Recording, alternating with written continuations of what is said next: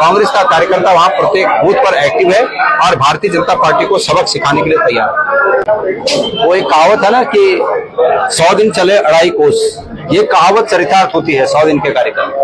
कोई नयापन है क्या? आज भी जिस प्रकार से बेरोजगारी पहले थी उससे और आगे बढ़ गई। आज भी महंगाई की दर, मुद्रास्फीति की दर जो पहले थी उससे आगे बढ़ गई।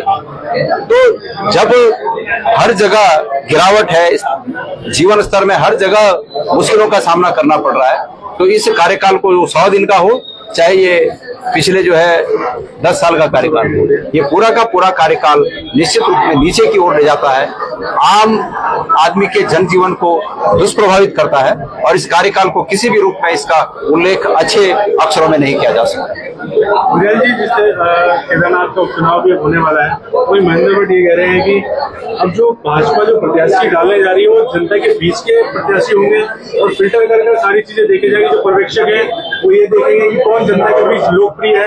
ऐसे जो नेताओं को उतारा जाएगा केदारनाथ उपचुनाव के लिए, आप किस तरह से देखते हैं? अच्छा है, वो अपनी पार्टी का काम कर रहे हैं। उनकी पार्टी में अगर किसी प्रत्याशी के चयन को लेकर कोई प्रक्रिया तय की गई है तो उसमें हमें कोई दिक्कत नहीं है, अच्छी बात है। वो अपनी पार्टी का सबसे बेस्ट प्रत्याशी है। वैसे उन्होंने अपनी पार्टी के बेस्ट प्रत्याशी मंगलौर में हरियाणा से इंपोर्ट किए थे और बद्रीनाथ में कांग्रेस से लिए थे, तो ये दोनों उदाहरण उनके पास है।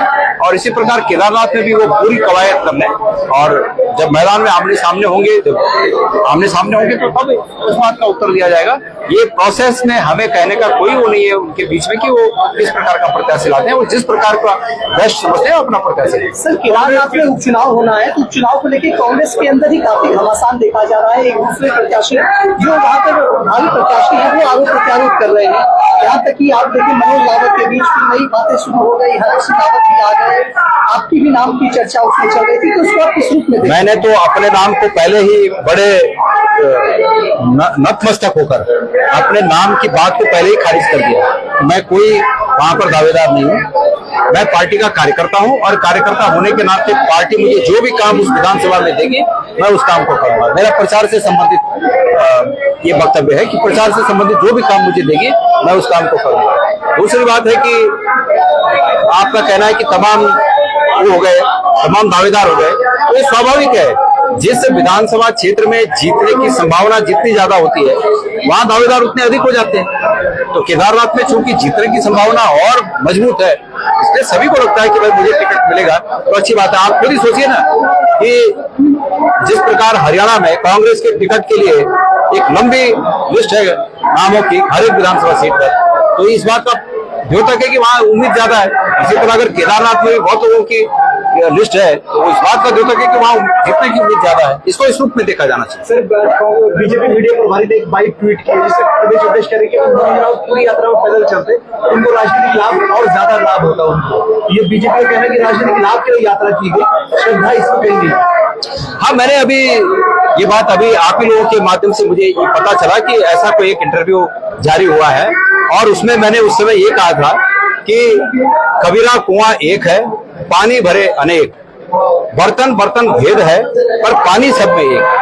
क्योंकि माननीय करण महाराज जी एक राजनीतिक दल के मुखिया हैं, तो उन्होंने अगर राजनीतिक मकसद से कोई यात्रा चलाई होगी तो मुझे उसमें कोई खोट नजर नहीं आती।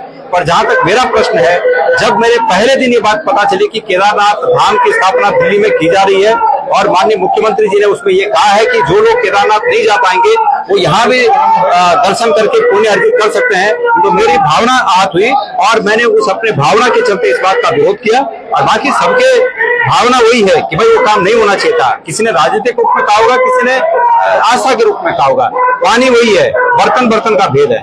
जो मैंने अभी कबीरदास का दोहा कहा वो बिल्कुल इस बात पर चरितार्थ होता है, फिट होता है। सर, आपके एक वरिष्ठ नेता ने अभी बयान दिया था कि कांग्रेस में गुटबाजी बहुत चल रही है, एक तरफ गणेश गोदियाल, हरीश रावत, लखपत पटोला और एक तरफ करण महरा आ गए, तो इसके रूप में नहीं, मुझे कोई ऐसा नहीं दिखता। करण महाराज जी हमारे पार्टी के अध्यक्ष हैं और हम सब उनके पीछे हैं। हम सब वो हमारे अध्यक्ष होने के नाते हमारे फेस हैं, पार्टी के फेस हैं, तो ऐसा कहीं मुझे प्रतीत नहीं होता कि जो लोग कह रहे हैं कि गुट है, ये है, वो है। वो तो देखिए, आंतरिक रूप में सभी पार्टियों में अलग अलग नेता होते हैं, उन अलग अलग नेताओं की अपनी अपनी अलग अलग प्रतिभाएं होती है। उस प्रतिभा के चलते कोई किसी चीज में ज्यादा काबिल होता है, कोई किसी और फील्ड में ज्यादा काबिल होता है, तो उसको इस रूप में नहीं देखा जाना चाहिए कि अलग अलग है। सभी तरह की प्रतिभाएं एक होकर पार्टी को आगे बढ़ाने का काम करती है और कांग्रेस में भी सब लोग एक होकर करण महाराज जी के पीछे हैं, पार्टी को आगे बढ़ाने का काम करते हैं। प्रदेश सरकार ने बिजली उपभोक्ताओं को बड़ी राहत दी है। प्रदेश सरकार ने बिजली उपभोक्ताओं को बड़ी राहत दी है ना, 100 यूनिट से 50% छूट दी है।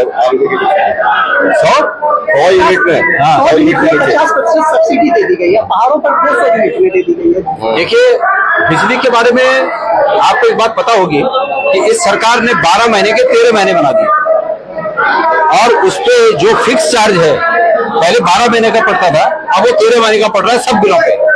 मतलब अगर किसी का 4 किलोवाट या 5 किलोवाट का है तो उसके लिए जो फिक्स चार्ज होता है, किसी के लिए 10 किलोवाट का भी होता है, अलग अलग घरों की अलग अलग क्षमता होती है, तो अगर वो फिक्स चार्ज को अगर जोड़ लें तो वो उससे ज्यादा है जो राहत की बातें कर रहे हैं।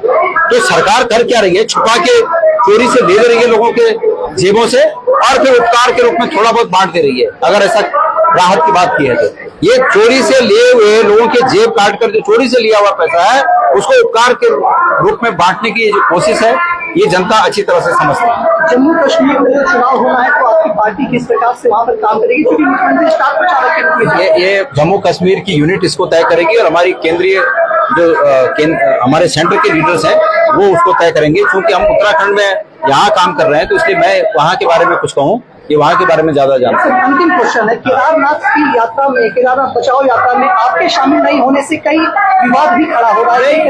कहाँ में शामिल नहीं हुआ? अंतिम दिन क्यों? अंतिम दिन आपको याद होगा कि उसके पहले दिन वहाँ आपदा आ गई थी, तो मैंने ज्यादा महत्वपूर्ण समझा कि मैं वहाँ जाऊँ जहाँ आपदा आई है और हम वहाँ गए। हमने वहाँ प्रशासन से बात की, लोग बहुत परेशान थे, हम वहाँ गए तो यात्रा भी हुई, यात्रा भी जहाँ तक जानी थी वहां तक गई और हम भी वहीं थे। जब यात्रा का समापन हो गया और मेरे अपने विधानसभा क्षेत्र जहाँ से मैं चुनाव लड़ता हूँ वहां भी आपदा आई तो फिर मुझे अगले दिन वहां भी जाना पड़ा। तो ऐसा नहीं कह सकते कि हम कोई यात्रा में नहीं गए। हाँ, ये जरूर है कि हरिद्वार में मैं शामिल नहीं हुआ, इसलिए नहीं हुआ कि मैंने माननीय अध्यक्ष जी को जिस दिन उन्होंने इस बात का अनाउंस किया, उन्होंने अगर पहले से बताते तो मैं इस बात को कहता उनसे पहले, लेकिन चूंकि मंच पर ये बात पता चली, उन्होंने जो कहा मंच पर ही कहा, तो मैंने वही मंच पर कह दिया था उनसे कि चूंकि मेरा कोर्ट से संबंधित काम है 23, 24, 25, इसलिए मैं 22 तारीख से उसमें शामिल नहीं हो पाऊंगा और 26 तारीख से मैं यात्रा में शामिल हो जाऊंगा। और मैं समझता हूँ कि 26 से 27 तारीख को मैं आ गया था यात्रा में। सर, केंद्रीय मंत्री और जो शिवसेना के और जो उन्होंने राहुल गांधी के बारे में जो है टिप्पणी की है, उसको लेकर प्रदेश भर में कांग्रेस प्रदर्शन भी कर रही है, क्या कहेंगे? ऐसे हल्के लोग सूरज पर अगर थूकने की कोशिश करेंगे तो उन्हीं पर गिरता है। ये मतलब की बात हो, लोग राहुल गांधी जी के बारे में कुछ कहकर अपने को हाईलाइट करने की कोशिश करते हैं। अगर राहुल गांधी जी के नाम से उनकी रोजी रोटी चल रही है तो मुझे लगता है कि राहुल गांधी जी उसमें भी खुशी होंगे कि इनकी रोजी रोटी मेरे नाम से चल रही है, चलने दो। सर, केदारनाथ उपचुनाव को देखते हुए भारतीय जनता पार्टी के द्वारा 173 बूथों में 173 नेताओं को जिम्मेदारी सौंपी गई है और वहीं शक्ति केंद्रों को मिलाकर 200 के करीब पहुंच जाती है, तो वो तो पूरे जगह चप्पे चप्पे पर अपने नजर रखे हुए। तो आपकी पार्टी कहाँ तक काम कर रही है? हमारी पार्टी भी, देखिए, पार्टियों की अपनी रणनीति होती है, वो कैसे काम कर रहे हैं, ये उनकी रणनीति होगी जिसका खुलासा उन्होंने आपसे किया होगा। हमारी भी कोई रणनीति है जिसको हमारा संगठन बखूबी अंजाम दे रहा है। अब माननीय अध्यक्ष जी इस बारे में कुछ कह पाएंगे कि वो क्या इसमें कर रहे हैं, लेकिन जहां तक केदारनाथ में कार्यकर्ताओं का सवाल है, मैं केदारनाथ से 3 दिन के भ्रमण के बाद आज यहाँ पर पहुंचा हूँ और मैं इस बात को जानकारी के आधार पर कह सकता हूं कि कांग्रेस का कार्यकर्ता वहां प्रत्येक बूथ पर एक्टिव है और भारतीय जनता पार्टी को सबक सिखाने के लिए तैयार है।